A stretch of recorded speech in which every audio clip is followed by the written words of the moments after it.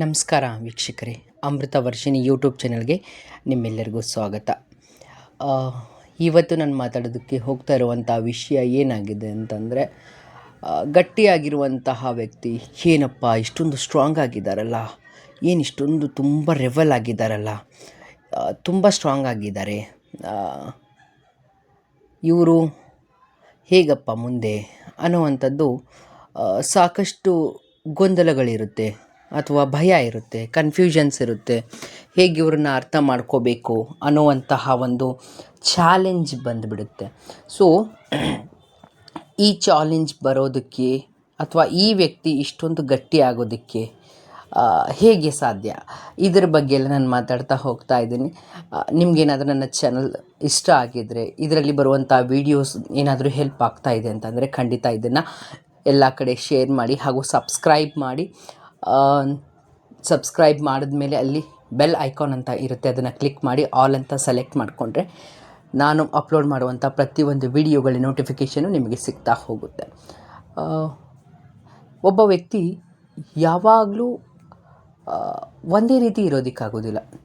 ಸಮಯ ಸಂದರ್ಭಗಳು ಅವನನ್ನು ಗಟ್ಟಿಯಾಗಿಸುತ್ತೆ. ಹೇಗೆ ಗಟ್ಟಿಯಾಗಿಸುತ್ತೆ? ಹುಟ್ಟುತ್ತಾನೆ ಯಾರು ಎಲ್ಲವನ್ನ ಕಲ್ತು ಬಂದಿರಲ್ಲ, ತಿಳಿದು ಬಂದಿರಲ್ಲ. ಪರಿಸ್ಥಿತಿ, ಸಮಯ, ಸಂದರ್ಭಗಳು ಹೇಗೆ ಅವರೊಟ್ಟಿಗೆ ವರ್ತಿಸುತ್ತೆ, ಹಾಗೆ ವ್ಯಕ್ತಿ ಬೆಳೀತಾ ಹೋಗ್ತಾನೆ. ನಮಗಿವತ್ತು ಅನ್ನಿಸ್ಬೋದು ಆ ವ್ಯಕ್ತಿ ಸ್ಟ್ರಾಂಗ್ ಆಗಿದ್ದಾನೆ, ಹೇಗಪ್ಪ ಇವ್ರ ಜೊತೆ ನಾವು ಒಂದು ಮ್ಯಾನೇಜ್ ಮಾಡೋದು ಅಂತ. ಬಟ್ ಇದ್ರ ಹಿಂದೆ ಅನೇಕ ನೋವುಗಳು, ಹತಾಶೆಗಳು, ತೊಂದರೆಗಳು, ಸಮಸ್ಯೆಗಳು ಮತ್ತು ಅನೇಕ ಹೇಳಿಕೊಳ್ಳಲಾಗದಂತಹ ಸಮಸ್ಯೆಗಳನ್ನು ಎದುರಿಸಿ ಆ ವ್ಯಕ್ತಿ ಇಷ್ಟೊಂದು ಸ್ಟ್ರಾಂಗ್ ಆಗಿರ್ತಾನೆ. ಪಾಪ ಆ ಜೀವಕ್ಕೆ ಪ್ರೀತಿ ಮಾಡೋದು ಹೇಗೆ ಅಂತ ಗೊತ್ತು, ಬಟ್ ಆ ಪ್ರೀತಿ ತೋರಿಸೋದಕ್ಕೆ ಬರೋದಿಲ್ಲ. ನಾನಿಲ್ಲಿ ಎಕ್ಸ್ಪ್ಲೇನ್ ಮಾಡ್ತಾ ಹೋಗ್ತೀನಿ ನಿಮಗೆ ಹೇಗಾಗುತ್ತೆ ಇದೆಲ್ಲ ಪ್ರೋಸೆಸ್ಸು ಅಂತ. ಮೊದಲನೇದಾಗಿ, ಒಬ್ಬ ವ್ಯಕ್ತಿ ವಿದ್ಯಾರ್ಥಿಯಾಗಿದ್ದಾಗ ಅವನ ಜೊತೆಗೆ ಅವನ ಶಿಕ್ಷಕರು ನಡೆದುಕೊಳ್ಳುವಂತಹ ರೀತಿ ಆಗಿರಬಹುದು, ಅಥವಾ ಅವನು ಮನೆಯಲ್ಲಿ ಆ ವ್ಯಕ್ತಿ ಇದ್ದಾಗ ಜನರು, ಕುಟುಂಬದವರು ಮತ್ತು ನೆರೆಹೊರೆಯವರು ಯಾರೇ ಆಗಿರಬಹುದು ಅವರ ಜೊತೆಗೆ ನಡೆದುಕೊಳ್ಳುವಂತಹ ರೀತಿ, ಒಟ್ಟಾರೆಯಾಗಿ ಸಮಾಜ ಅವರ ಜೊತೆ ಹೇಗೆ ನಡ್ಕೊಳ್ಳುತ್ತೆ ಅನ್ನೋದ್ರ ಮೇಲೆ ಇದೆಲ್ಲ ಮ್ಯಾಟರ್ ಆಗುತ್ತೆ. ಆರ್ಥಿಕ ಸಮಸ್ಯೆಗಳಾಗಿರಬಹುದು, ಅಥವಾ ಅವರನ್ನ ಅವಹೇಳನಕಾರಿಯಾಗಿ ಹೇಳುವಂಥದ್ದು, ಅವರ ಬಗ್ಗೆ ನೆಗೆಟಿವ್ ವಿಷಯಗಳನ್ನು ಪ್ರಸ್ತಾಪಿಸುವುದು, ಕಾಲೆಳೆಯೋದು, ಹೀಗೆ ಚುಚ್ಚಿ ಮಾತಾಡುವುದು, ಈ ರೀತಿ ಎಲ್ಲ ಆದಾಗ ವ್ಯಕ್ತಿಗೇನನ್ಸುತ್ತೆ, ಯಾಕಪ್ಪ ನನಗೆ ಎಲ್ಲರೂ ಹಿಂಗೆ ಮಾಡ್ತಾರೆ, ನಾನೇನು ತಪ್ಪು ಮಾಡಿದ್ದೀನಿ, ನನ್ನಲ್ಲೇನು ಸಮಸ್ಯೆ ಇದೆ ಅನ್ನೋದನ್ನು ವ್ಯಕ್ತಿ ಯೋಚನೆ ಮಾಡೋ ಹಾಗೆ ಮಾಡೋದೇ ನಮ್ಮ ಒಂದು ಎನ್ವೈರ್ಮೆಂಟು ಅಂತ ನಾನು ಹೇಳ್ತೀನಿ ವೀಕ್ಷಕರೇ.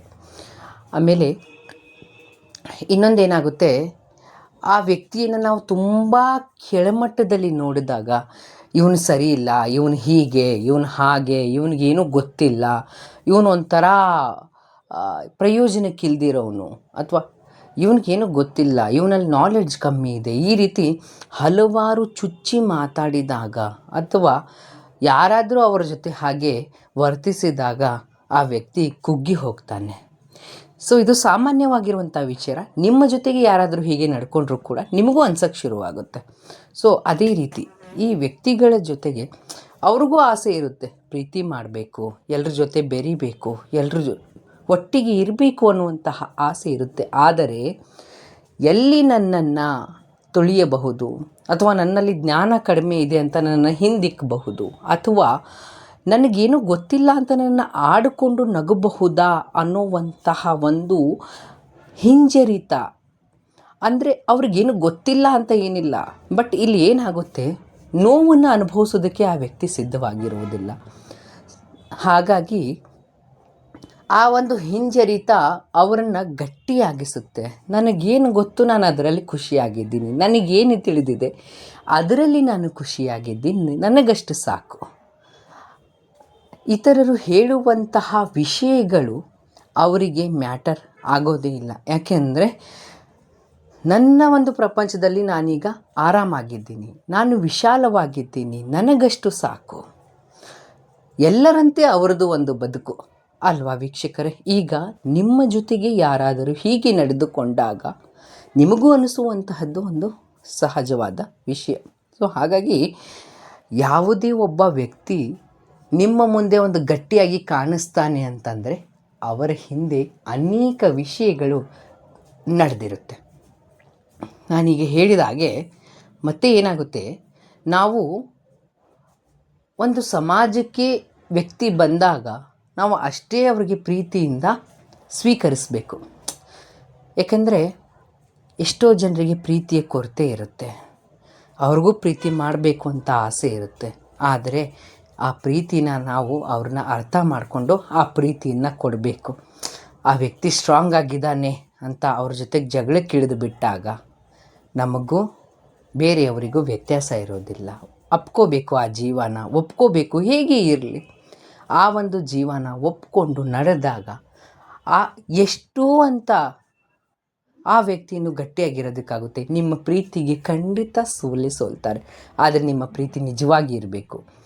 ತೋರಿಸೋದು ಅಥವಾ ನಟಿಸುವುದು ಇದು ಪ್ರೀತಿ ಅಲ್ಲ.